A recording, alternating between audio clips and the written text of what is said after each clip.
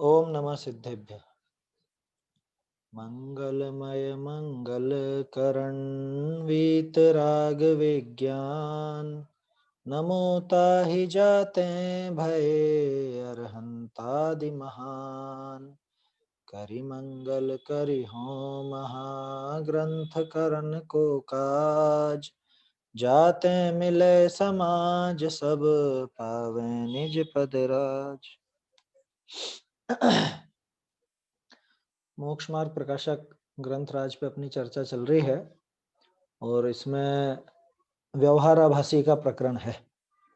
कई प्रकार के व्यवहाराभासियों की बात की है, जिसमें कुल अपेक्षा और आज्ञानुसारी तो है ही, उनके साथ ही साथ किसी के किसी के कहने से या संगति से महान लोगों को देखकर या कुछ अपना समझ लो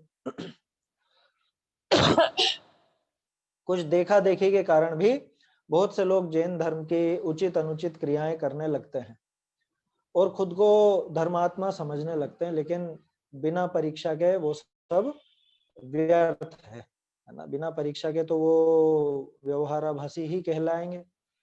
अब अपन जो बात करने जा रहे हैं ये है आज्ञानुसारी भी नहीं है या ये परीक्षा रहित भी नहीं है, ये तो कुछ विचित्र ही प्रकार का है।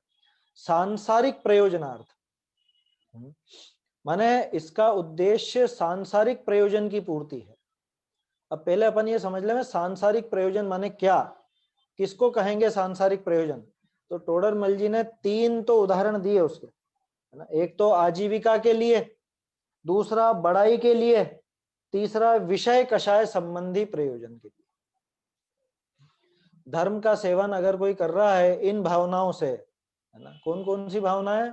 सबसे पहले तो आजीविका के लिए कोई अगर धर्म का साधन करता है, कोई अगर धर्म की क्रियाएं करता है और उनसे आजीविका चाहता है, माने उनसे पैसा कमाना चाहता है, तो क्या कहा था कल उसके लिए कि वह तो पापी ही है। वे तो पापी ही हैं जो आजीविका का प्रयोजन विचार करके धर्म का साधन करते हैं, वो तो निश्चित रूप से पापी ही हैं। ही लगाया वहां, है ना, माने पुण्य भी नहीं है वहां। कल तक जो हमने बातें की थी कुल अपेक्षा वाले की, आज्ञानुसारी की, या फिर और जो भी थे, उनमें तो पुण्य की संभावना थी भी सही, लेकिन यहाँ तो पुण्य की भी संभावना नहीं है। क्यों? क्योंकि ये उस धर्म का साधन करके अपना लौकिक प्रयोजन, वो भी आजीविका का प्रयोजन साधना चाहता है। थोड़ी बहुत बातें हमने की थी कल कि जैसे कहीं पर 10 लक्षण में या विधान के लिए या पंच कल्याणक आदि के लिए, मतलब धार्मिक कार्य के निमित्त से जाए और वहां पर पैसों की आशा रखे, वहां पर कमाई की आशा रखे, तो वो ये सांसारिक प्रयोजनार्थ धर्म धारक व्यवहाराभासी। मतलब धर्म को धारण किया किसके लिए? संसार ठगने के लिए निज जिन धर्म को धारण किया। ऐसी ऐसी पंक्तियां हैं। रत्नाकर 25 नाम का एक ग्रंथ है कवि रत्नाकर का, उसमें आता है ऐसा, संसार ठगने के लिए मम जीभ पर विद्या बसी, अथवा संसार ठगने के लिए वैराग्य को धारण किया, झगड़ा कराने के लिए मम जीभ पर विद्या बसी। इस तरह की पंक्तियां हैं कुछ उसमें। रत्नाकर 25 बहुत अच्छे छंद है, बहुत सुंदर छंद है ना। वो एक तरह से वो भी आलोचना है अपनी स्वयं की कि हम ये सारे काम क्यों कर रहे हैं। एक बार अपनी गिरेबान में झांक कर देखना चाहिए, अपना अंतरंग टटोलना चाहिए कि कहीं हमारा अभिप्राय ऐसा सांसारिक तो नहीं है, कहीं हमारा अभिप्राय ऐसा खोटा तो नहीं है। मतलब बहुत गंभीरता से विचारने लायक है। धर्म का कार्य करके और रुपए पैसे की आशा रखूं मैं, तो समझ लेना निर्माल्य खाना है, निर्माल्य का सेवन है वो। अगर मैं धार्मिक कार्य करके या धर्म की कुछ भी, मान लो प्रभावना का कार्य, क्योंकि ज्यादातर यही नजर आता, प्रभावना के काम में ही नजर आता रुपया पैसा ज्यादातर। सामने वाले से आशा रखूं कि वो मुझे दे, मांगू तो नहीं लेकिन ये आशा रखूं कि इतना दे, या दे कुछ भी दे तो सही, तो ये आजीविका है। कह रहे साहब तो क्या करें, नौकरी छोड़ करके वहां पे जाते हैं, तो नौकरी छोड़ के गए, उतने दिन के हमारे पैसे तनख्वाह कटी, तो उतना तो मिलना चाहिए ना। तुमसे किसने कहा कि तुम जाओ नौकरी छोड़ के? तुमने धर्म क्या किया मुझे ये बताओ। अगर तुम उसमें भी नौकरी जैसे ही वहां पे व्यापार मतलब अपनी आजीविका चलाना चाहते हो, तो उसमें धर्म की भावना क्या आई? बहुत से लोग मेरी बातों से सहमत नहीं होंगे, मैं जानता हूं, क्योंकि ये बीमारी बहुत ज्यादा फैल चुकी है। क्या करें, बहुत से लोगों को ये समस्या होगी। लेकिन वास्तविकता विचार करना कि आपने प्रभावना किस काम की। प्रभावना तो उसका नाम है कि पहले तो आत्मा प्रभाव नियम, और उसी के हिसाब से फिर अपने को अच्छा लगा तो मैं दूसरे से, जैसे मुझे मोक्षमा प्रकाशक बहुत रुचता है, तो मैं आपसे मोक्षमा प्रकाशक की बात कर रहा हूं। अब इसमें मैं ये सोचूं कि नहीं नहीं, मैं मोक्षमा प्रकाशक पढ़ाकर कुछ पैसा कमाना चाहूं, तो फिर किस बात का अच्छा लगा? फिर किस बात का अच्छा लगा? किस बात की प्रभावना है? तो प्रभावना में आजीविका नहीं देखी जाती। जो आजीविका देखता है वो 100% प्रभावना नहीं कर सकता, बिल्कुल नहीं कर सकता। 100% नहीं कर सकता माने बिल्कुल भी नहीं कर सकता, ऐसा कहना चाह रहा हूं। यूं मत समझना 90% तो कर लेगा, माने सर्वथा वो प्रभावना नहीं कर रहा है। जो आजीविका का विचार करता है प्रभावना के नाम पर, मैं कुछ समझ लो धर्म की कक्षाएं लूं, और किस हिसाब से लूं कि साहब 1 घंटा पढ़ाऊंगा डेली और इतने रुपए लूंगा। बहुत सी जगह हो चुका है, ये तनख्वाह का सिस्टम हो चुका है ना। थोड़ी सी कड़क बातें हैं और लोगों को बुरी भी लगेंगी, क्योंकि बड़े शहरों में ये सिस्टम चल चुका है ना। बम्बई है, दिल्ली है, जयपुर है, मैंने सुना है, देखा भी है बहुत सौ को कि तुम्हें कितने मिलते हैं, तुम हफ्ते में कितने दिन पढ़ाते हो। अरे धर्म पढ़ाने के लिए पैसा है, मतलब जिनवाणी को बेच रहा है वो तो। मतलब कहते हुए माथा शर्म से नहीं झुकता, वो बिल्कुल ऐसे खुल करके ऐसी बात करते हैं जैसे बिल्कुल नॉर्मल सी कुछ ऐसी बातें हो। मुझे अंदर से वास्तव में बहुत खेद होता है ये सारी बातें सुन करके, देख करके। क्या करें, अब शुरू से बाबूजी जैसों की बातें सुनी है ना, और वही बातें जमती हैं, तो ये चीजें रुचती नहीं है बिल्कुल भी, और रुचनी नहीं चाहिए भाई। जैन धर्म अगर आपको वास्तव में प्रिय लगा है, आपको अगर मोक्ष मार्ग प्रिय लगा है, तो मोक्ष मार्ग बेचा नहीं जाता, मोक्ष मार्ग कभी नहीं बेचा जाता। आजीविका के लिए, अगर रुपया कमाने के लिए, अभी तो इस पे बहुत बहुत अपने को विचार करना चाहिए। बहुत ज्यादा खुल के नहीं कह सकता मैं, आप समझें अपने आप ही क्या कहें, है? क्योंकि अपने बहुत से भाई बंद भी इसमें शामिल हो जाते हैं। मैं अगर पढ़ाता हूं और पढ़ाने के पीछे वो रुपया पैसा मांगता हूं, या ये आशा रखता हूं कि ये पढ़ाने के लिए मुझे रुपया मिले, या ये चीज सिखाने के लिए, या ये प्रभावना के लिए मुझको ये रुपया मिले, पैसा मिले, आजीविका मेरी इससे चले, तो समझ लेना सांसारिक प्रयोजन के लिए ये काम हो रहा है। कह रहे तो हम और कुछ तो करते ही नहीं, हम तो यही काम करते हैं कि तुम और कुछ कर लो। टोडरमल जी तो ये कह रहे हैं रुपया कमाने के लिए और कुछ कर लेना भले, है ना, कम से कम पाप वाला काम, लेकिन धर्म मार्ग को बेचना मत, जिनवाणी को बेचना मत। गंभीरता से विचारनी बात है। जो हमारे कोई शास्त्री भाई भी सुन रहे हों, तो वो भी इन चीजों का ध्यान रखें कि कभी भी अपन बाहर जाएं, शास्त्र स्वाध्याय करते हों, कराते हों, पूजन विधान आदि कराते हों, उसमें रंच मात्र भी पैसे की लालसा न रखें, आजीविका की लालसा न रखें। इस सामने वाला अपने आप दे तो, कि तुम्हारा मन क्या गवाही देता है वो बताओ। सामने वाला दे तो, सामने वाले को तो बहुमान आएगा तो वो तो करेगा, लेकिन हमारा क्या कर्तव्य है? भागचंद जी का उदाहरण कल दिया था मैंने, हमें याद रखना चाहिए। भागचंद जी, जबकि वो तो लौकिक सहायता लौकिक दृष्टि से ही की गई थी, लेकिन तो भी इतने स्वाभिमानी हैं, वो सारा का सारा वापस लौटा गए, सब लौटा गए। ये हमको विचार रखना चाहिए। देखिए आजीविका के अर्थ, दूसरा, सांसारिक प्रयोजन में अकेला आजीविका नहीं है। मैं पैसे तो नहीं चाहता, लेकिन मैं क्या चाहता हूं कि लोग मेरी वाहवाही करें, बड़ाई बड़ाई करें, लोग मुझे अच्छा कहें, मेरी प्रशंसा करें। अरे वो आजकल तो सोशल मीडिया का जमाना है ना, इतने लोग लाइक करें हैं, और इतने लोग वो शेयर करें, और इतने लोग, कितने व्यू हैं, व्यूअर कितने हैं मेरे, होता है ना, YouTube चैनल चल रहा है तो मेरा, अरे तुम्हारे बस 200 ही है, हमारे तो 500 है, हमारे तो 1000 है, हमारे तो 5000 है। अरे भैया क्या क्या गिनती कर रहे हो? इससे इससे धर्म का पैमाना है? ये जो नाचने कूदने वाले होते हैं ना, इनके लाखों करोड़ों व्यूअर होते हैं। आया समझ में? तो घमंड किस बात का करना है? ये बात दिमाग में रहनी चाहिए कि भाई ज्यादा से ज्यादा जिन धर्म की बात फैले, मेरी नहीं, जिन धर्म की बात फैले, जैसे गुरुदेव के प्रवचन हैं, है ना, बहुत अच्छा काम हुआ है। वहां से आप देखें, क्या बोलते हैं अपने, जैसे सोनगढ़ से या मुंबई में बहुत सारे ट्रस्ट हैं जिन्होंने गुरुदेव की इस वाणी को बहुत बहुत प्रसारित किया है। ये सीढ़ियां बनाई है, अनंत भाई का ट्रस्ट है, और मुझे ज्यादा नाम ध्यान नहीं है, कुंद कुंद काहन पारमार्थिक ट्रस्ट है, और मुझे वास्तव में नाम ज्यादा ध्यान नहीं है कौन कौन से ट्रस्ट है, लेकिन जिन्होंने भी ये सीडी का काम किया, अभी आजकल चलता है वो नीचे लाइन चलती है, ये वास्तविक प्रभावना है। नाम खुद का नहीं होना चाहिए। आया समझ में? कि दूसरे लें तो कि दूसरे लें, उससे तुमको क्या लेना देना है, कभी खुद का नाम नहीं होना चाहिए। इस मामले में हमारे बहुत से विद्वान आदर्श हैं, खुद का नाम तक नहीं देते। टोडरमल जी ने अपनी सारी रचनाओं में नाम नहीं दिया, एक सिर्फ सम्यक ज्ञान चंद्रिका की प्रशस्ति विस्तृत मिलती है उनकी, बाकी की विस्तार से नहीं मिलती, तिथि भी नहीं मिलती कि आत्मानुशासन कब पूरा हुआ या और दूसरे जो ग्रंथ हैं वो कब पूरे हुए, नहीं मिलता उसमें। आचार्यों से सीखे हैं नाम से क्या करना है।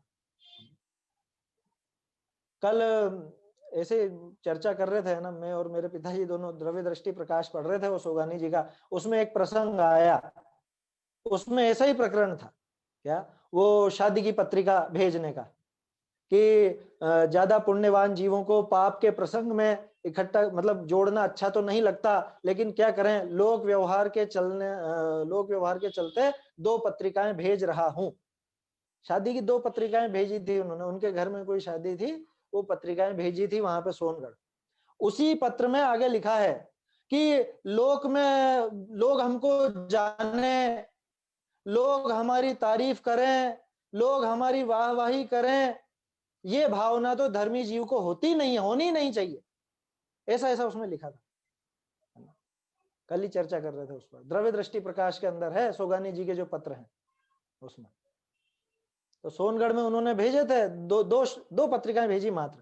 कह रहे 2 ही पत्रिकाएं भेजी, ऐसे कैसे? कह रहे उनको वास्तव में कोई ऐसा नहीं था कि लोग मेरी प्रशंसा करें या लोग मुझे जाने कि अरे सोगानी जी ने बुलाया है या सोगानी जी ने नहीं बुलाया है, ऐसी निंदा करे तो भी उनको कोई परवाह नहीं। कोई भला कोई बुरा कहो या अच्छा, आया समझ में? यहाँ पे तो भावना ये रहनी चाहिए कि मैं कैसे धर्म मार्ग में आगे बढ़ूं, बाकी सभी लोग धर्म मार्ग में कैसे आगे लगे, ये भावना हो। ये नहीं है कि मेरी बड़ाई हो। अगर अभी ये जो चर्चा अपनी चल रही है, अपनी अगर ये भावना रहे कि हाँ हाँ ये सब लोग मुझे देखें, सब लोग मुझे जाने, अगर मैं ऐसे भाव रखता हूं तो ये वास्तव में सांसारिक प्रयोजन, गजब हो गया। धर्म की बात सब देखें और जाने, और आप इसको सांसारिक प्रयोजन कह रहे हो कि अभिप्राय क्या है? अगर मेरा अभिप्राय यह है कि लोग मुझे देखे जाने, हैं, लोग मुझे पहचाने, क्या कह रहे, हाँ ये भी एक है, ये भी कोई कोई है, ये भी प्रवचन करते हैं या व्याख्या करते हैं, ऐसी भावना अगर मेरे अंदर है तो ये सांसारिक प्रयोजन है। भावना तो ये हो कि मोक्ष मार्ग प्रकाशक, टोडरमल जी का मोक्ष मार्ग प्रकाशक ज्यादा से ज्यादा लोगों के पास हो, ज्यादा से ज्यादा लोग इसे समझें, इसको अच्छे से ग्रहण करें, ये भावना होनी चाहिए। यही उद्देश्य होना चाहिए। ये भी बाहर का उद्देश्य है, असली उद्देश्य नहीं है। क्योंकि क्या हो जाएगा, सब लोगों के पास हो भी जाएगा तो मोक्ष मार्ग प्रकाशक नहीं छप चुके क्या लाखों में पहले? असली उद्देश्य तो यह है कि कैसे मैं इस मोक्ष के मार्ग में आगे बढ़ूं, असली उद्देश्य तो यह है। आया समझ में? तो फिर तो ऐसा तो खुद ही खुद बैठ जाओ, बस दूसरों की बात ही नहीं करनी चाहिए, दूसरों से बात ही मत करो, कि वो तो विकल्प आता है। और इसमें एक चीज और है, जैसे कोई मेहंदी लगाते ना, मेहंदी लगाने वाली महिलाएं होती हैं, उनके हाथ हमेशा रंगे हुए मिलेंगे, है ना, मतलब रचे हुए, रंगे हुए क्या, रचे हुए मिलेंगे। सामने वाली के रचे या नहीं रचे, इसके रचे हुए जरूर मिलेंगे। क्यों? कि ये मेहंदी लगाने वाले के तो खुद के रचने रचने हैं, सामने वाले के रचे चाहे नहीं रचे। तो इसलिए चर्चा में ये बातें आ जाती है। मोक्ष मार्ग प्रकाशक की चर्चा भी इसीलिए हो जाती है। आए समझ में? ये बिल्कुल भी उद्देश्य नहीं है कि आप लोग सुनो और आप लोग समझो या आप लोग इसको, ठीक है वो एक भाव है, विकल्प तो है, लेकिन उद्देश्य ये नहीं है। उद्देश्य तो ये है कि कैसे भी करके ये मोक्ष का मार्ग जो टोडरमल जी ने प्रकाशित किया है ये मेरे जीवन में उतरे, मैं इस जीवन में आगे बढ़ूं। यही भाव हम सबका होना चाहिए, निश्चित रूप से होना चाहिए। तो अगर मैं बड़ाई के लिए, मान सम्मान के लिए, है ना, अन्य की क्या बात करें, मैं स्वयं के ऊपर अपनी खुद की बात करें अपन, तो अगर मैं ये सोच करके करूं कि आप लोग मेरी तारीफ करो इसलिए मैं ये सारी बातें कहूं आपसे, तो ये समझ लेना सांसारिक प्रयोजन है। गजब हो गया। धर्म मार्ग लेकर के भी मैं सांसारिक प्रयोजन है? धर्म मार्ग में लग रहे हैं, यहाँ पे धर्म को धारण कर रखा है, धर्म की प्रभावना कर रखी है, कर रहे हैं, और आप कह रहे हो ये सांसारिक प्रयोजन है। कि अगर बड़ाई की इच्छा है, रंच मात्र भी मेरे मन में अभिलाषा है कि लोग मुझे जाने, लोग मेरी प्रशंसा करें, या लोग मुझे बहुत भला भला कहें, होता है ना आजकल तो खूब देखते हैं सब कंपटीशन में कि इनने इसके ऊपर, अब क्या कहें, देखो ज्यादा क्या कहूं, बहुत बहुत सब व्याख्यान उपलब्ध हैं, और फिर भी मैं अलग से मेरे चलाना चाहूं, तो ये भी एक बड़ाई का इसमें भावना बनी रहती है, बहुत से लोगों के बनी रहती है। आया समझ में? आप कह सकते हो कि आपने भी शायद इसीलिए चालू करा होगा कि ऐसा बिल्कुल भी भाव नहीं रहा, हम कोई आज से नहीं पढ़ रहे, हमारे तो मोक्ष मार्ग प्रकाशक का नियम जैसा है। मोक्ष मार्ग प्रकाशक पूरा होता है फिर से प्रारंभ से चालू कर देते हैं। 4-5 बार तो हो चुका है, 4-5 बार हो चुका है ना। और ये बिल्कुल भी भावना नहीं है वास्तव में, और यही हृदय में इच्छा ही कभी ऐसी भावना ना आए। ये बहुत खतरनाक भाव है, क्योंकि एक बार ये बड़ाई का रस जिसको लग जाता है ना, गर्म और ठंडी श्वासें ये पुण्य पाप की, अरे मृत्यु की अगवानी है अमन नहीं। बाबूजी की पंक्तियां हैं, डॉक्टर साहब ने भी लिखा, दादा ने भी, क्या कि लोग बाग ये क्रोध की गर्म हवाओं से तो बच जाते हैं, लेकिन ये जो मान की, ये बड़ाई की ठंडी ठंडी हवाएं आती है ना सुहाती हुई, सब तारीफ करते हैं। अभी जैसे मान लो आप तारीफ करोगे, हाँ साहब बहुत बढ़िया बहुत बढ़िया, अब फिर मुझे गर्व होने लगेगा कि हाँ मैंने अच्छा अच्छा किया। अगर ये भाव है तो निश्चित रूप से सांसारिक प्रयोजन है। क्यों रे, इसमें क्या संसार का प्रयोजन हो गया? कि ये बताओ, खुद को जो वो यश का लोभ है, या खुद को जो मान कषाय, ध्यान रखना मान कषाय और यश के लोभ में अंतर है। मैं बड़ाई सुनना चाहता हूं, ये यश का लोभ है, ये मान कषाय नहीं है। और मैं अपने आगे किसी को नहीं गिनता, मैं खुद को सबसे ऊंचा गिनता हूं, ये मान कषाय है। आप मेरी प्रशंसा करो अगर ऐसा मैं चाहता हूं, ये यश का लोभ है, ये मान कषाय नहीं है। ये बारीकी अंतर है, ये बारीक अंतर है, इसमें समझना चाहिए, है ना। तो ये जो यश का लोभ है अथवा मान कषाय भी है, तो ये बताओ कि ये मोक्ष मार्ग है या संसार मार्ग है? ये तो संसार मार्ग है। तो अब उस कषाय के लिए, उस कषाय की पूर्ति के लिए अगर मैं काम करता हूं, तो संसार का प्रयोजन सदा कि मोक्ष का प्रयोजन सदा? कि संसार का प्रयोजन सदा। तो यही तो लिख रहे हैं थोड़ा, सांसारिक प्रयोजनार्थ, संसार के प्रयोजन के लिए है? सिर्फ आजीविका रुपया पैसा नहीं, मान बढ़ाई के लिए, मेरी प्रशंसा हो इसलिए। क्या करते हैं वहां पे 10 लक्षण में, क्या करते हैं हम 10 लक्षण में? सब नए नए कपड़े आभूषण वगैरह सब पहन के जाते हैं ना। अन्य त्योहारों पर भी जाते हैं, अन्य जो पर्व है उन पर भी जाते हैं। क्यों जाते हैं? क्या है भावना बताओ? उससे तो कोई धर्म सधने वाला नहीं है।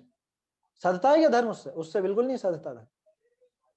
लेकिन भावना क्या है? लोग हमको देख के, अरे हाँ इसके पास भी कुछ, क्या शानदार कपड़े हैं, क्या शानदार आभूषण हैं, ऐसी ऐसी तारीफ करें। बोलो, वो धर्म नहीं साध रहा, वो तो धर्म भी नहीं साध रहा, या साध रही उल्टा पाप ही कमा रही है। सांसारिक प्रयोजनार्थ है, धर्म धारक भी नहीं है, लेकिन संसार का ही प्रयोजन सत्ता है।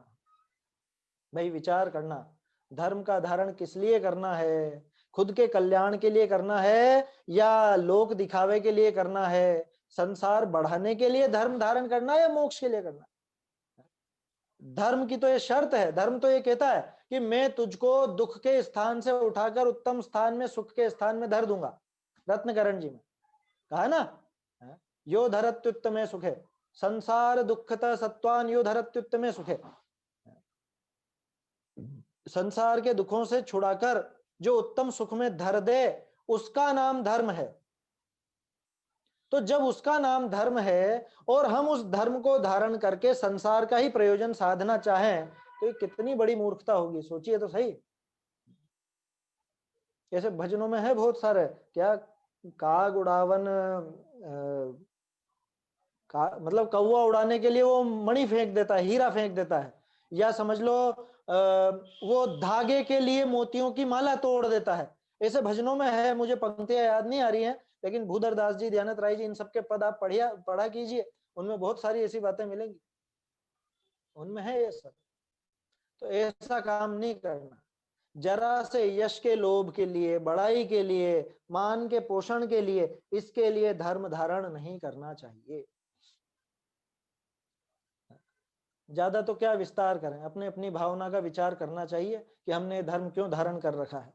खास तौर पे आज जो दिखावे का जमाना है, दिखावे का माना, अब ये पूरा दिखावे का ही तो काम है, सोशल मीडिया और ये सारा जो चलता है, व्हाट्सएप, फेसबुक, ट्विटर और क्या क्या है, यूट्यूब वगैरह, देखते हैं अपन। जैसे कल भी मैंने बात की थी, शायद कल या परसों का, वो विधान की, आजकल जैसे अपना ऑनलाइन विधान चलता है, अब उसमें सब सज धज करके बैठते हैं, तैयार होकर के बैठते हैं, अब बैठे हुए हैं इधर उधर, ऐसे ही बैठे हुए हैं, जैसे ही उनका हाईलाइट होता है वो फटाफट एकदम अलर्ट हो जाते हैं, ताली बजाने लग जाते हैं या नाचने गाने लग जाते हैं। देखा होगा आप लोगों ने, सबने देखा होगा। ये क्या है? ये पहले भी हमने बात कर चुके हैं वैसे, इस बारे में ज्यादा उसको विस्तार नहीं दूंगा। माने दूसरे को दिखाने के लिए वो क्रिया करता है। भाई धर्म का साधन किसके लिए है? धर्म का साधन तो लौकिक दुख से छूटकर, सांसारिक दुख से छूट करके मोक्ष में जाने के लिए है, उत्तम सुख की प्राप्ति के लिए है। और मैं मूर्ख की तरह ये सांसारिक प्रयोजन, ये कषाय साध रहा हूं, मैं थोड़े से यश के लोभ के पीछे ये धर्म का धारण करके बैठा हुआ। बगुला होता है ना, बगुला, बगुला ध्यान मग्न बगुला, क्या काय के लिए ध्यान मग्न, कि अभी मछली आए और अभी झपको। बस ऐसे ही ये धर्म धारक काय के लिए? कषायों की पूर्ति के लिए। कितना खतरनाक काम है, विचार कीजिए। आजीविका के अर्थ, बड़ाई के अर्थ, वह कुछ विषय कषाय संबंधी प्रयोजन विचार कर। हालांकि विषय कषाय का प्रयोजन जैन मत में तो, जैन धर्म में तो कम ही पुष्ट होता है, क्योंकि अपने यहाँ पे एकाएक खान पान और इसकी चीजें नहीं है, लेकिन फिर भी आजकल बहुत हो गई है। जैसे कुछ दिनों पहले हमने चर्चा की थी शायद छठे अधिकार या पांचवें अधिकार के संबंध में भी, और उसके पहले कर चुके हैं वो पर्वों के संबंधी विपरीतताएं जो चलती हैं, उस संबंध में काफी कुछ बोला है पहले भी। क्या रोट तीज, वो धासन चौथ और वो गटका तेरस, ये सब क्या है कि ये सब धर्म पर्व है साहब। धर्म पर्व, जैन धर्म के पर्व खाने पीने के, और क्या सोचते हैं कि हमने धर्म किया, ये धर्म को धारण किया। कैसे धारण किया? कि अरे अच्छा अच्छा खाने को मिलेगा। एक व्यक्ति का तो ऐसे ही सुनने को आया, सुनने को क्या, ये खुद ही बोल रहे थे, है ना। एक व्यक्ति जिन्होंने मुनिवेश धारण किया, और फिर वो खुद बोलता है, मैं तो ऐसे ही खड़े खड़े कचौरी के समोसे खा रहा था, और बाजार में से एक मुनिराज निकले, और फिर मैंने पूछा ये कौन है, क्या है, कैसे हैं, इनकी क्या चर्या होती है, ये सब जानकारी ली, तो पता चला बहुत आनंद रहता है, बहुत अच्छा अच्छा आहार खाने को मिलता है, मैं तो मुनि बन गया। ऐसा खुद अपने मुंह से कहने वाले। नाम नहीं लूंगा, नाम लेना बहुत खतरनाक है आज के जमाने में, जानता हूं। आया समझ में, है ना। इतनी तो समझ आ चुकी है, अब क्या करें। लेकिन है इस तरह के, घर पे फाका कशी होती थी, अब क्या करें, अच्छा अच्छा मिलता है, इसलिए अपन तो एक काम करो, बढ़िया सब सेवा करेंगे, सब पूछेंगे भी सही, सब नमस्कार भी करेंगे, और फुल आराम बिल्कुल। भाई क्या है, जैन धर्म की साधना मुख्य है कि विषय कषाय मुख्य? क्या कि किसको मुख्य किया है इसने? हमें विषय भोग भोगने को मिलेंगे, ये सोच करके अगर धर्म धारण किया है, तो उसने ना सिर्फ धर्म का स्वरूप बिगाड़ा है, बल्कि अपनी निगोद की तैयारी भी कर चुका है। मोक्ष जानने वाला नहीं है ऐसा जी। क्यों? कि जिससे मोक्ष का साधन होता था साक्षात, उसको तो तुमने विषय भोग का साधन बना लिया। या फिर अपनी विषय कषाय संबंधी प्रयोजन विचार कर, और भी विचार कीजिए। अब थोड़ी सी कड़क बात कह देता हूं, और है ना, वैसे तो कड़क ही कड़क चल रही है सब इसमें, है ना, कड़वी दवाई भी जरूरी होती है, क्या करें, बुरी भी लग सकती है और लगनी चाहिए, एक बार बुरी लगे तो सही। जैसे आप और मैं एक ही गांव में हूं, अब हमारा आपस में समझ लो कुछ विवाद हो गया, आप उस मंदिर में कुछ ट्रस्टी हैं या कुछ है, तो अब नहीं आना, अपने खुद का बनाएंगे एक अलग से, अपने खुद के, जब तक हमारा मंदिर नहीं बने, जब तक हमारा ये नहीं बने, तब तक मेरा ये त्याग। अब बोलो वो त्याग उसका धर्म है कि वो कषाय है? मैं से बहुत सी जगह के आपको किस्से बता सकता हूं, बहुत सी जगह के किस्से बता सकता हूं, जहां पर, अभी की बात नहीं कर रहा हूं, वर्तमान की, वर्तमान में तो होता है जो होता ही है, मैं आपको 100 साल पुरानी बात भी बता रहा हूं। मेरे पास इंटरव्यू रखे हुए हैं लोगों के, क्योंकि ये पांडुलिपियों का काम किया ना जब मैंने, तो वो मंदिर का इतिहास वगैरह भी पूछा, क्यों बना, कैसे बना, क्या है, वो सारी जानकारी भी इकट्ठी की। तो कुछ जगह तो ऐसी भी हैं जहां पे वो सेठानी जी थोड़ी सी लेट हुई, और किसी ने ऐसे ही दिक्कत करी मंदिर का दरवाजा खोलने में, कि ऐसे ही भाई अगर लेट लेट आते हो तो खुद का ही क्यों नहीं बना लेते, तब से सेठानी जी को मन में ऐसी बैठ गई धम, क्या कि अब तो जाना ही नहीं इनके, अब तो जब तक मैं मेरे भगवान के खुद के दर्शन नहीं कर लूंगी तब तक खाना ही नहीं खाऊंगी। 3-4 दिन तक नहीं खाया, सेठ जी ने परेशान होके दूसरी जगह से प्रतिमा जी लेकर के आए, और फिर इन्होंने खाना वाना खाया, उसके बाद फिर मंदिर बनाने की तैयारी हुई, मंदिर बन गया। अब बोलो, वो जो 3 दिन का उसने उपवास किया वो धर्म है या नहीं है? इससे कड़क बात, वो जो मंदिर बनाया वो धर्म साधन का कारण बना या उस कषाय के निमित्त से बना? मैं 100 साल पुरानी बात कर रहा हूं, वर्तमान की बात आप आपके लगाते रहना जहां भी ऐसा हो रहा हो, क्योंकि अभी भी होती है इस तरह की बातें। क्या? कषायवश, कषायवश, और कुछ नहीं। सेठ जी की अपनी शान दिखाने के लिए हम दूसरे के यहाँ क्यों जाएंगे, हम हमारा बनाएंगे, कषायवश। भाई कोई समस्या हो, कुछ मतवाद का अंतर हो, कुछ ऐसी बात हो, तब तो बात समझ में आती है। कोई समस्या हो, आपको वहां पे कोई दर्शन सामने वाला ही नहीं करने दे, वो अलग बात है, लेकिन मैं तो कषायवश, बहुत सी जगह देखने को मतलब सुना है, और दुख होता है बहुत देख देख करके। ये जो टूटन आई है इतनी, ये जो समाज में इतना बिखराव आया, किस वजह से? अच्छा, और फिर उसमें तर्क क्या देते हैं, कह रहे वहां पे लिखा है एक प्रतिमा भी जो विराजमान करता है वो बहुत बहुत ऐसा ऊंचा व्यक्ति होता। अरे उसके पीछे भावना क्या होती है ये भी तो देखो। चैत्यालय जो करे धन्य सो श्रावक कहिए, तामे प्रतिमा धरे धन्य सो भी सर दहिए, है? जो दोनों विस्तरे संघ नायक ही जानो, बहुत जीव को धर्म मूल कारण सरधानो। दर्शन दशक है साहिब राय जी का, लखी साहिब राय सु आंख, हाँ साहिब राय जी का ही है दर्शन दशक, पढ़िएगा, बहुत सुंदर है, मुझे बहुत पसंद आता है वो। और ऐसी पंक्तियां वो लोग लेते हैं जिनको कषाय की बड़ी हो रहती, कषाय वश ऐसा खुद का कुछ ऐसा संकुल बनावे, कषाय वश ऐसा कुछ आयोजन करे, या कषाय वश कुछ धार्मिक आयोजन करे। और बताऊं, आपने शिविर लगाया और इसी जगह आपके ही गांव में मैं भी हूं, तो अच्छा इन लोगों का शिविर लगा, चलो मैं भी लगाता हूँ, इसी टाइम पे लगाऊंगा मैं भी। ये क्या है बताओ, ये धर्म का साधन है या कषाय का साधन है? बात गंभीर है और थोड़ी सी कड़वी है, लेकिन ये विचार करने लायक बातें हैं, हमको विचार करना चाहिए। ये सामाजिक जो अपना ढर्रा है, ये सामाजिक जो एक गठन है, ये जो टूट रहा है, वो उसका कारण यही है कि धर्म का साधन करके भी अपनी कषायों को साध रहा है। धर्म का साधन करके तो मोक्ष साधना था, मोक्ष की तरफ जाना था, और ये धर्म साधन करके अपनी कषायों को साधने बैठ गया। लिखा ना ये, वह कुछ विषय कषाय संबंधी प्रयोजन विचार कर, दोनों बातें ले ली अपन ने। विषय में वो खाने पीने की बात आ गई, और कषाय में तो ये दिख ही रहा है अपने को, विषय कषाय में ये बड़ाई वाली बात भी शामिल है, लेकिन ये कुछ अलग ही चलती है, क्योंकि यश का लोभ तो लगभग लगभग ऐसा कोई जीव नहीं है जिसको ना हो। धर्म साधकर अगर मैं रुपया पैसा कमाना चाहता हूं, धर्म साधकर अगर मैं मेरी बड़ाई करवाना चाहता हूं, धर्म साधकर अगर मैं कुछ 5 इंद्रिय के विषय भोग भोगना चाहता हूं, धर्म साधकर अगर मैं मेरी कषाय की पूर्ति करता हूं तो ये सांसारिक प्रयोजन है, ये मोक्ष का प्रयोजन तो बिल्कुल भी नहीं, ये सांसारिक प्रयोजन है। और सांसारिक प्रयोजनार्थ धर्म धारक व्यवहार भाषी 100% पापी है, पापी, इसमें पुण्य का लेश भी नहीं।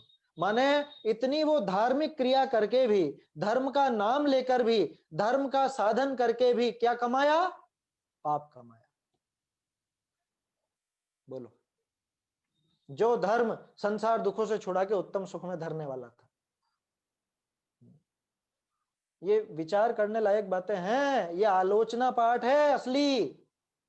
क्या ये आलोचना पाठ स्वयं का होना चाहिए कि कहीं हमारे ये भावना तो नहीं है, अगर रही हो तो उसकी निंदा करना, स्वयं की गरहा निंदा करके, और बिल्कुल सही सही मार्ग पर अपने को आना चाहिए। ये जो मोक्ष का मार्ग हमको मिला है, मोक्ष मार्ग समझाने वाले टोडरमल जी जैसे विद्वान और कुंद कुंद आचार्य जैसे आचार्य मिले हैं, तो इनका सही सही मार्ग में हम उपयोग करें इन बातों का, ना कि हमारे संसार बढ़ाने में इनको सहायक बना ले। अरे संसार बढ़ाने के लिए तो दुनिया भर के भाव हैं, ये धार्मिक क्रियाओं को क्यों संसार बढ़ाने का कारण बनाना चाहते? बोलो, उपवास तप है ना, उपवास से धर्म सधता है, एक व्यवहार की परिभाषा में कहें तो। और अभी अपन ने जो बात की, जैसे वो सेठानी जी का उदाहरण ले लिया, उसने भी उपवास रख लिए, वो उपवास पाप का साधन हो गया, सांसारिक प्रयोजन सिद्ध हो रहा है। क्या कह रहे हैं? अति तीव्र कषाय। अरे तीव्र कषाय ही अपने आप में तीव्र है, उसके बाद अति और लगाया टोडरमल जी ने। देखो, तीव्र कषाय में व्यापार धंधा आदि का भाव होता है ना, कषायवश होता है, तीव्र कषायवश होता है। लेकिन ये अति तीव्र है, मतलब तीव्र से भी तीव्र। क्यों? कि ये व्यापार धंधा या अपनी कषायों का पोषण जो कर रहा है, ये धर्म साध करके कर रहा है, इसलिए अति तीव्र लिखा। क्या कहा था? देखो, ढूंढारी से ही पढ़ता हूं, ये 2-3 बिंदुओं की खास बात करनी थी, ये हो गई। वैसे तो बातें बहुत की जा सकती हैं, लेकिन उसमें अच्छा नहीं लगता, अब इससे ज्यादा बोलना तो मुझे खुद को भी पसंद नहीं है, इतना ज्यादा क्या खरा बोले उसमें। अति तीव्र कषाय भय ऐसी बुद्धि आवे है, उनका सुलझना भी कठिन है, वो सुलझने वाला नहीं है। कैसे सुलझेगा बताओ? सुलझने का जो मार्ग था उसी में आके जो उलझ गया, वो कहां सुलझेगा? सुलझने के मार्ग में उलझ गया। क्या है वो? एक आती है ना पंक्ति, अन्य क्षेत्रे कृतम पापम धर्म क्षेत्रे विनश्यति, और धर्म क्षेत्रे कृतम पापम वज्र लेपो भविष्यति। कि दुनिया भर के पाप यहां आकर के धुलते थे, और यहां आकर के पाप कमा रहा है, तो इसके इसके पाप कहां से धुल जाएंगे बताओ? पापों को धोने का जो साधन था, इसने तो उसे ही पाप में लगा दिया, अब किससे पाप धोएगा? जैन धर्म तो संसार का नाश के अर्थ से ये है, ता करी जो सांसारिक प्रयोजन साध्या चाहे सो बड़ा अन्याय करे। ताते ते तो मिथ्या दृष्टि है ही, इसलिए वो तो मिथ्या दृष्टि है, 100% मिथ्या दृष्टि, और ना सिर्फ मिथ्या दृष्टि बल्कि पापी मिथ्या दृष्टि। इसके पहले जिनकी बात करी थी वो तो कदाचित पुण्य वाले भी हो सकते थे, मिथ्या दृष्टि तो थे लेकिन पुण्यवान भी हो सकते थे, कुल अपेक्षा या जो दूसरा था आज्ञानुसारी। लेकिन ये तो महा खतरनाक है, ये तो पापी मिथ्या दृष्टि है। यहां को कहे, अब देखो तर्क उसका, 1 मिनट इसमें, हाँ एक नोट था, 185 पेज पर भी इससे संबंधित कुछ बात है, 185 पर।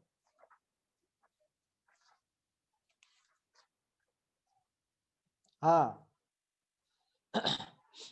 ये जो बीच में उदाहरण दिया है, निर्ग्रंथ के सिवा अन्य को गुरु नहीं मानते सो क्या कारण है, उसमें उसमें उदाहरण जो दिया ना, जैसे लोभी शास्त्र व्याख्यान करे, वहां वह इसे शास्त्र सुनाने से महंत हुआ और ये उसे धन वस्त्र आदि देने से महंत हुआ।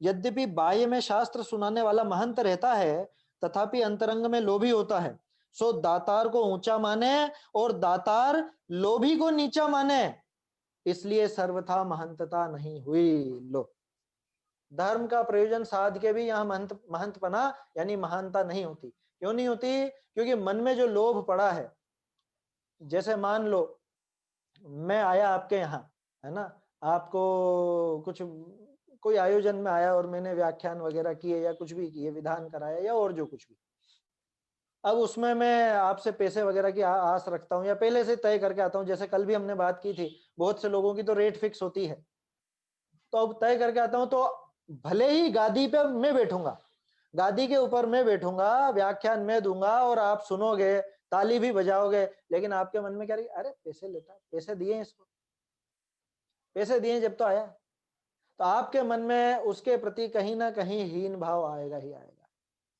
तो मैं तो ये आपको ऊंचा यूं समझूंगा कि ये पैसे देना अपने को, तो सेठ जी के विरुद्ध बात नहीं बोल सकता मैं। जो सेठ जी या सेठानी जी मुझे पैसे दे रही हैं, उनके विरुद्ध कैसे बोलूंगा बताओ। अगर वो कुछ गलत क्रिया भी कर रहे होंगे तो मैं नहीं टोक सकता, क्योंकि मेरी तो आजीविका चल रही है उनसे, मैं नहीं टोकूंगा। गुरुदेव की याद आती है, गुरुदेव बोलते थे ए सेठ, कोई अपमान नहीं करते थे वो, लेकिन उनके हृदय में कोई रुपए पैसे की जरा भी महत्ता नहीं थी। और छोटा सा भी कोई विद्वान होता, मतलब आयु में कम होता, तो भी पंडित जी कहते। 17-18 साल के कोई शास्त्री कर रहे हो तो उनको भी पंडित जी, और कोई रुपए पैसे वाला हो तो भी ए सेठ। तो कोई अपमान वाली बात नहीं है कि अपमान कर दे मैं उसका, लेकिन कुल मिला के धन की महिमा नहीं थी। अगर धन की महिमा होती तो अपने आप ही सामने वाला भी इनको हीन समझता।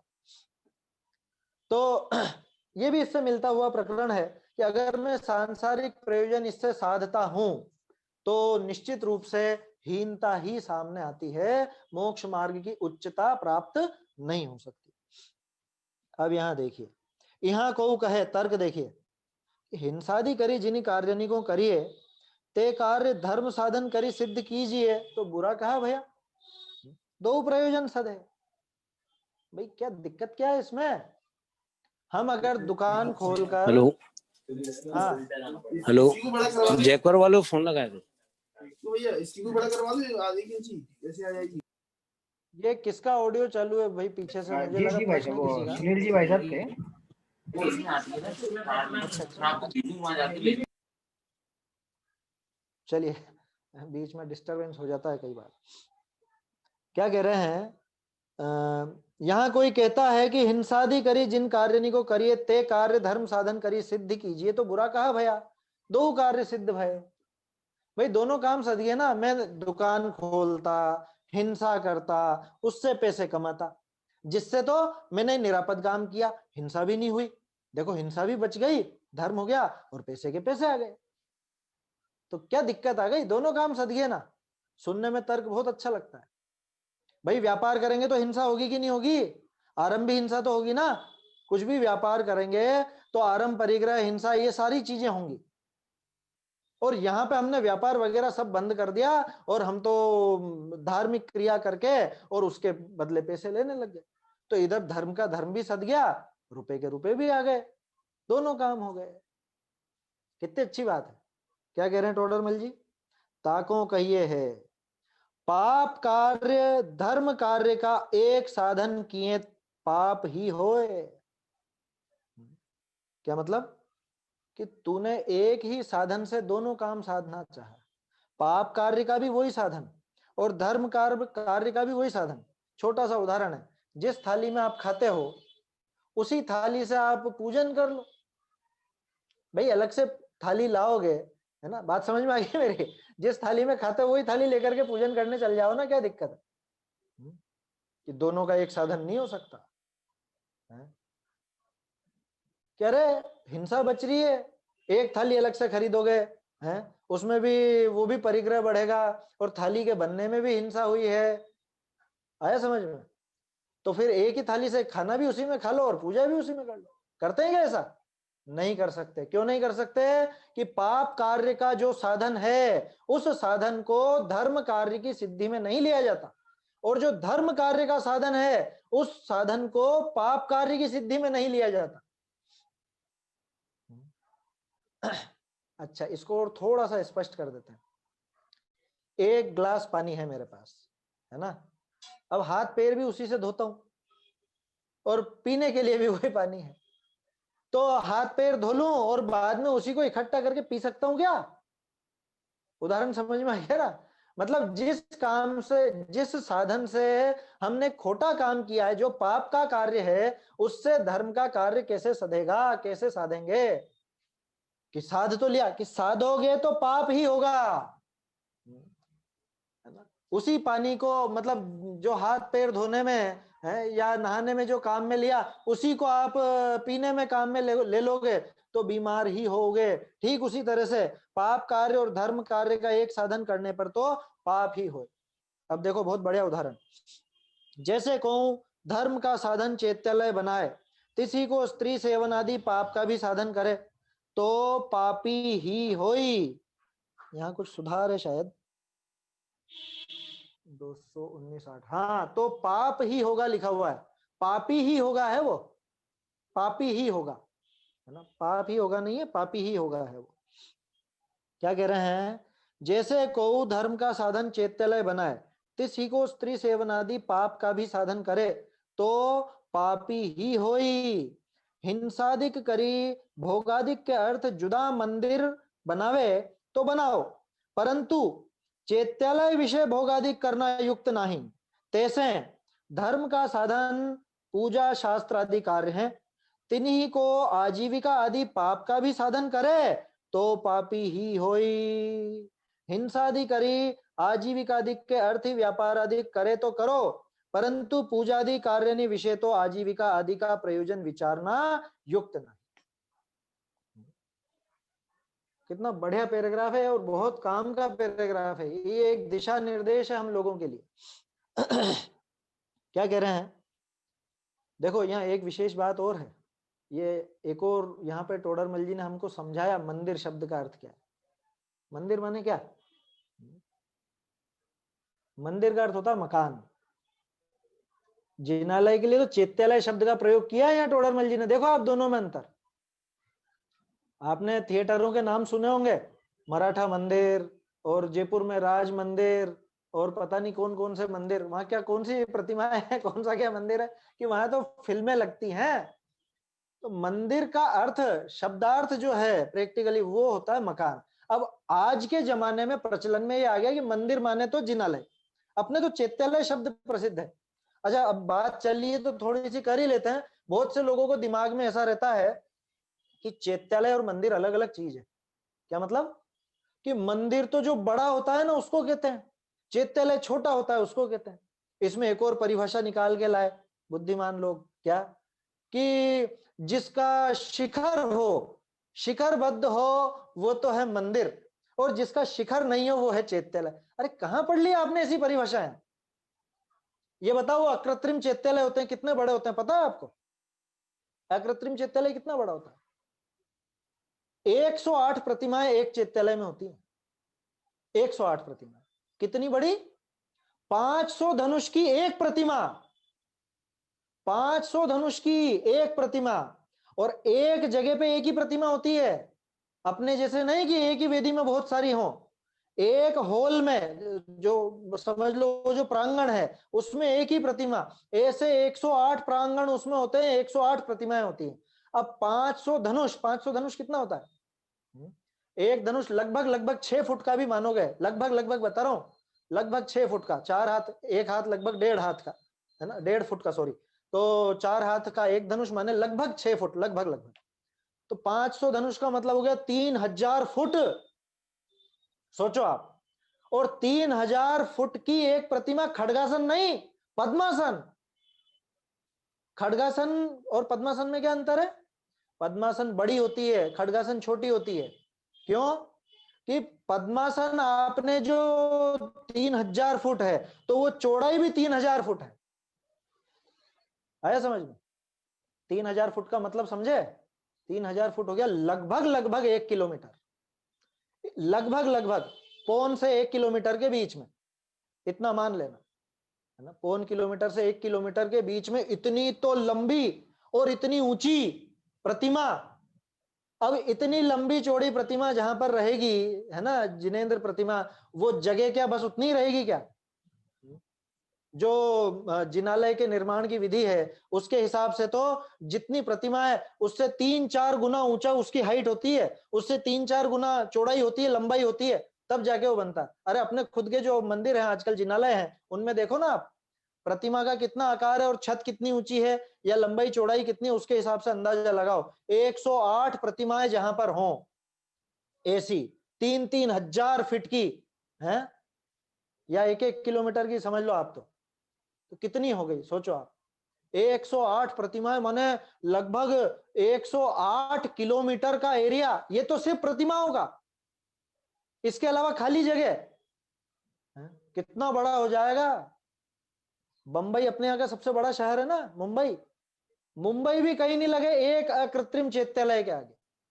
आप कल्पना कीजिए, उसको कहते हैं चैत्यालय। अब बोलो कहां गई आपकी परिभाषा, छोटा सो चैत्यालय और बड़ा सो मंदिर और शिखरबद्ध, ये कहीं पे भी नहीं है ऐसी परिभाषा, ना पुराणों में ना सिद्धांत में। अपने यहाँ पे तो जिनालय कहा जाता है, चैत्यालय कहा जाता है, चैत्य ग्रह कहा जाता है, जिन ग्रह कहा जाता है, ऐसे ऐसे शब्द मिलते हैं।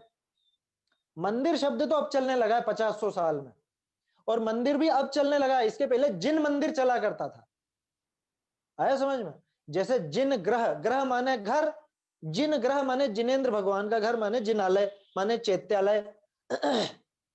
अब जिन मंदिर में से भी जिन शब्द हट गया, कोरा मंदिर रह गया। या बहुत सी जगह अलग अलग मंदिर हो आसपास तो कहते हैं जैन मंदिर कौन सा है, तब जाके नाम लेते हैं। इसलिए अगर किसी के दिमाग में ऐसा हो कि मंदिर तो बड़ा और चैत्यालय छोटा, ऐसा बिल्कुल भी नहीं है। इस उदाहरण से ही आप समझ लेना यहाँ जो दिया है।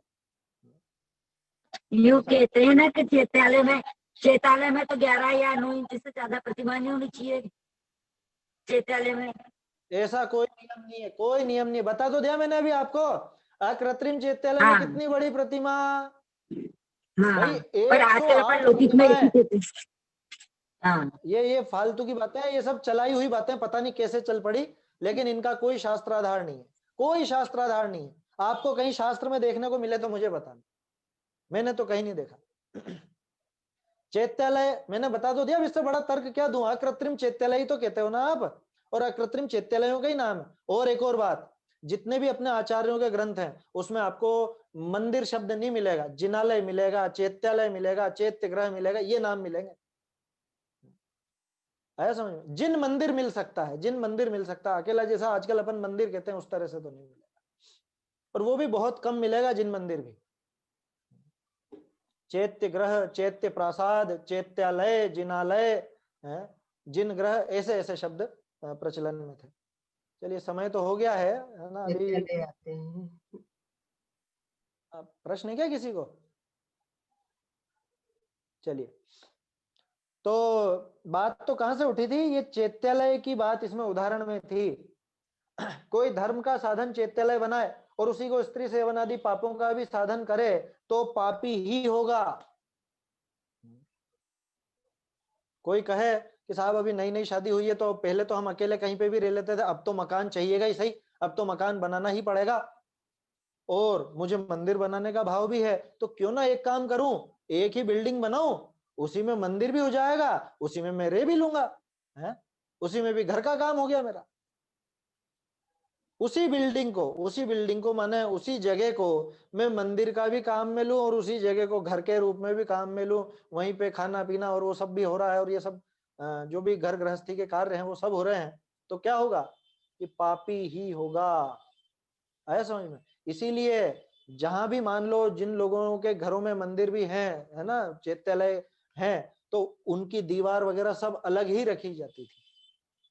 उसका प्रयोजन यही था कि वो एक नहीं होना चाहिए, उससे भिन्न होना चाहिए, जो भी और उसके विधान है वो सब देखने चाहिए। कायदे से तो पूरी दीवारें अलग अलग होनी चाहिए, दीवार अड़ी हुई भी नहीं होती, उससे छूती हुई भी नहीं होती है कि ये आपके जैसे ये दीवार है, मेरे पीछे दीवार है, अब इसी दीवार के अड़वा मंदिर हो, ये ऐसा कभी नहीं होता।